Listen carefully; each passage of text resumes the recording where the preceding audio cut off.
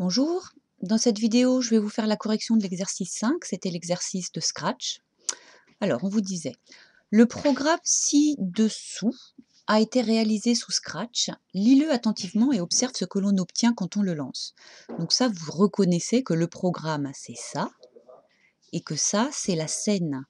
Donc quand on lance le programme, voilà ce qui apparaît. D'accord ?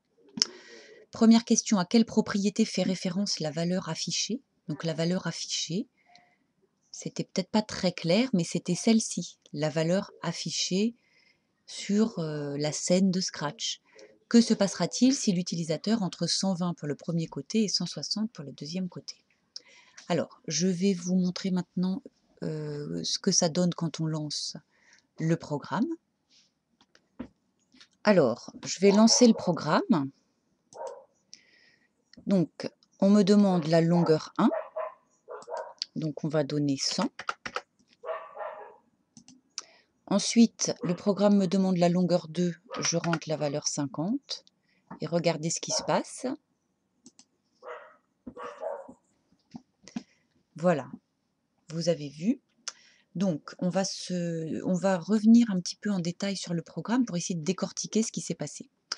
Donc, ça commence ici. Quand on presse le drapeau vert, qu'est-ce qui se passe? Hop, ça nous envoie sur le bloc longueur.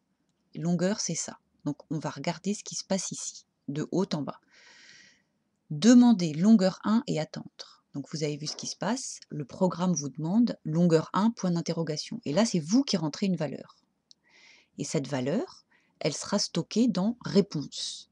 Et tout de suite après, on dit mettre premier à réponse. Donc la première valeur que vous allez rentrer, elle va aller se stocker dans réponse. Non, oui, dans réponse provisoirement, puis tout de suite après dans premier. D'accord? Donc la première valeur qu'on rentre, vous avez vu ce qui était affiché, c'est 100. Donc on met 100, ça va dans réponse et ça va tout de suite se stocker dans la variable qui s'appelle premier. Et puis on continue, donc ça c'est les deux premières lignes. Ensuite, le programme vous demande une deuxième longueur. Vous rentrez une deuxième longueur, 50, et ça va tout de suite aller se stocker dans deuxième. D'accord? Ça correspond à la longueur du deuxième côté. Donc on a fait longueur, donc on revient ici. Après longueur, il faut faire pétale.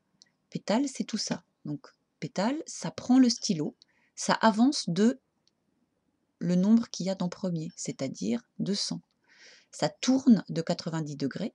Alors, quand on avance 200, au départ, on va considérer que ce point, ça symbolise le milieu de ma scène, là où est placé le lutin quand on démarre. Donc ça avance de 100, ça tourne de 90 degrés et ça avance de deuxième, c'est-à-dire de 50. Donc ça va faire ça. Quand je suis là, si je tourne de 90 degrés, je vais me retrouver dans cette direction. Ça va avancer de 50. Et ensuite, aller à 0, 0. Ça, c'est le point de départ, c'est le milieu. Tous les lutins, par défaut, ils sont mis exactement au milieu, c'est-à-dire ça va revenir ici. Hop, d'accord? C'est ce que vous avez vu, c'est ce qui s'est passé. C'est un triangle rectangle. De 100, le premier côté mesure 100 et le deuxième côté mesure 50. Ensuite, le lutin tourne de 90 degrés, mais bon, ça se voit pas. Et ensuite, on termine le programme.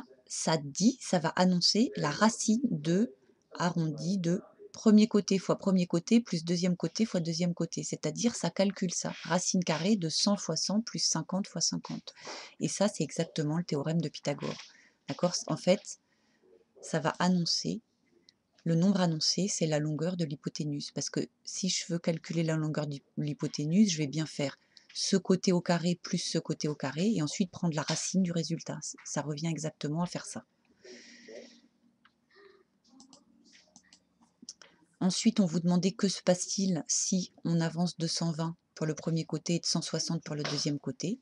Donc là, il faut refaire un petit exercice de Pythagore. Il faut calculer la longueur de l'hypoténuse. Donc on calcule 120 au carré plus 160 au carré. On trouve 40 000. Et on prend la racine carrée de 40 000, on trouve 200. Donc la longueur de l'hypoténuse annoncée sera de 200. Ensuite, il y avait une autre question où il fallait faire des rotations, donc il fallait faire une boucle et tourner un certain nombre de fois et recommencer le même bloc. Mais ça, je ne l'ai pas corrigé. Je le ferai une autre vidéo. C'est fini pour celle-ci.